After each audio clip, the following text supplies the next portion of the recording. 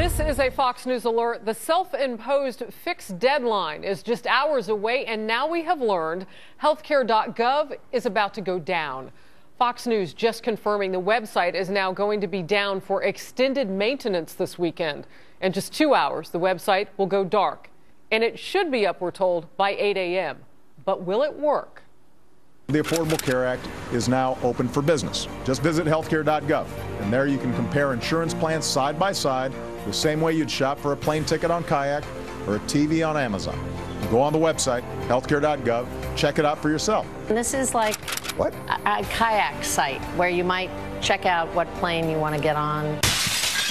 Now, a lot of folks have been talking about our new healthcare enrollment website, how it's been crashing and freezing and shutting down and stalling and not working and breaking and sucking. Of course, you've probably heard that Healthcare.gov hasn't worked as smoothly as it was supposed to work. Nobody's madder than me about the fact that the website isn't working as well as it should. And by the end of November, we are committed that the vast majority of users will be able to review their options, shop for plans, and enroll in coverage without the problems way too many have been experiencing. The website hasn't worked the way it's supposed to. There's no denying it. Right now, the website is too slow. Too many people have gotten stuck.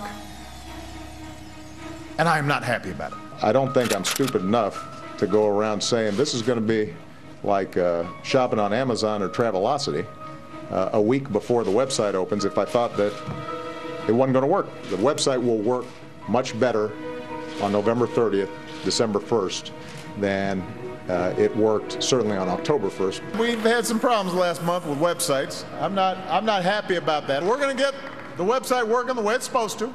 Is it acceptable to the president if 1 in 5 of the users aren't able to get insurance online? Thank you for the question. I think the way to look at that figure is that of, say, 10 who go on the system, roughly 2 won't get through. I think it's great that this is happening. Well, it's been a long time coming. Yeah. The screen says, I'm sorry, the system is temporarily down. Went down. Well, it's okay. It'll come back. You know, that happens every day. To be clear, November 30th does not represent a relaunch of Healthcare.gov. It is not a magical date. The road to fix Healthcare.gov is definitely a bumpy ride. Hello, everybody. I'm Harris Faulkner, in tonight for my friend Greta Van Susteren. We were just 5 hours away from the Obamacare deadline day, but just moments ago, Fox News confirmed the giant website will now be down for extended maintenance starting at 9 p.m. Eastern tonight until 8 a.m. tomorrow morning. That means we will not see any sort of launch at midnight. In the past few days, the White House has consistently been lowering the bar ahead of the fixed deadline. But how low can they go? Former Congressman Alan West joins us now. Congressman, no time like the present to bring you in for some breaking news tonight. Lower the bar even further. What is going on? Well, I think this is incredible. First of all, they should not have put their own set mandate on it because now everyone is watching them. And for them to continually come back and say that we can only take 50,000 or as you just reported, it's going to be down, this is eroding the confidence and the credibility not just of the Obama administration but of President Obama himself.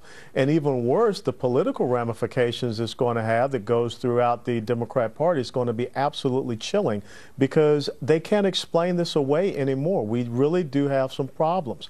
And so what you're seeing is not just the website, but the entire policy or law, if you want to call it that. And it's hard to call it a law with all the waivers, exemptions, and delays that have been granted out there. The American people don't know where this is going right now. And to be told that you're going to have a 20% failure rate, that 20% of people won't be able to get on it, what does that mean for those 20% that are still going to be looking to have health care coverage? Yeah, it's interesting to hear the White House, though, talk about it. They call it an 80% success rate. But you're right, 1 in 5 people won't be able to get signed on for their health care insurance. Yeah. You know, Congressman, I'm curious. You've been in politics, you've run campaigns, you've won them and run them. You understand messaging. I feel like in the last few days we've kind of been in hype in reverse, setting us up almost for nothing to happen. What are you expecting come tomorrow? Well, I think that right now you saw a president that was trying to talk more so about immigration reform than talk about this current pressing issue, because they don't have any answers. They don't have anywhere else to go.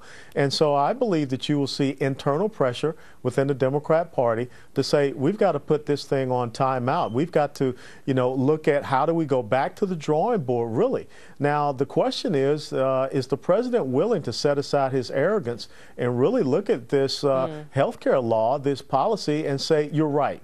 With this thing is totally unworkable. And let's not forget this, Harris, that between 1 October and 1 March, they're supposed to hit the magic number of 7 million Americans to be enrolled into the healthcare exchanges. That means about 55,000 Americans a day in order to make the sustaining numbers that they need for this to go afloat. They're not going to hit that. No, well, they can't hit it if 50,000 people or less are the max for signing on. I mean, that would be almost impossible if you do the math. Well, we're about to see Healthcare.gov do something for a second time. They say in the White House, don't call it a relaunch. I don't know what term you'd call it. But are we any farther now from the initial rollout to where we are today in terms of all of Obamacare? No, I don't think you've gotten anywhere, close to being successful in a rollout. Look, Harris, the thing is very simple. If you've given all of these delays and pushbacks for the employer mandate and what have you, the same thing needs to be done for the individual mandate. But really, what we should do is go back to the drawing board. If you're concerned about people with pre-existing conditions, then establish the high-risk pools and look at the appropriate types of subsidies for them.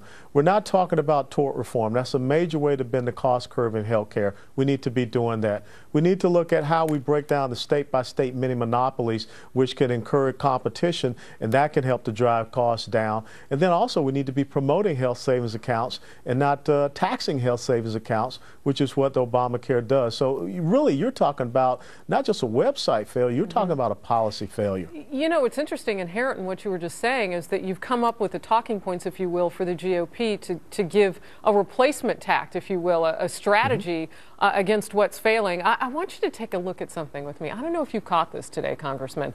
Health Secretary Kathleen Sebelius wrote a blog ahead of the deadline, which we know now is kind of a moving target with now an extension, and they're going to shut it down overnight. But some highlights on the screen for you and all of our viewers now. I just want you to see, she's kind of put a shopping theme to getting coverage on Healthcare.gov once it goes live again. A holiday shopping theme. She says the product is popular, so avoid the lines and shop Healthcare.gov during off-peak hours, morning, nights, weekends. Well, that sounds like a lot of hours that would be off-peak. It sounds like it's going to be crowded, which gets them right back into the problem that they were trying to avoid.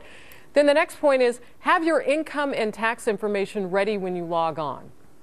And there are 23 shopping days in December for coverage starting January 1st, 2014. No need to rush, unless, of course, you got a cancellation notice and you are desperate to get health care before the 1st. Your thoughts? Well, isn't it very amazing that we have the United States federal government that is starting to sound like a very cheap retailer?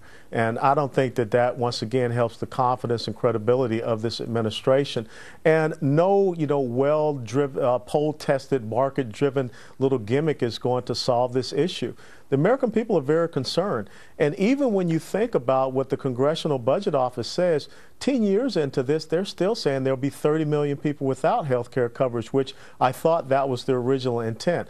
5 million people have lost their coverage, and it's explicably been articulated that it's because of Obamacare.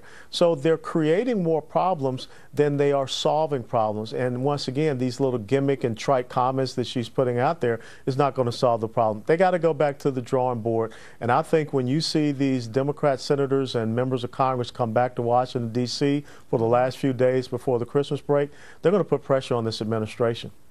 Well, they had a homework assignment of trying to sell the good parts of Obamacare over the holiday. You paint a very different picture. We will see how it all comes back on Monday.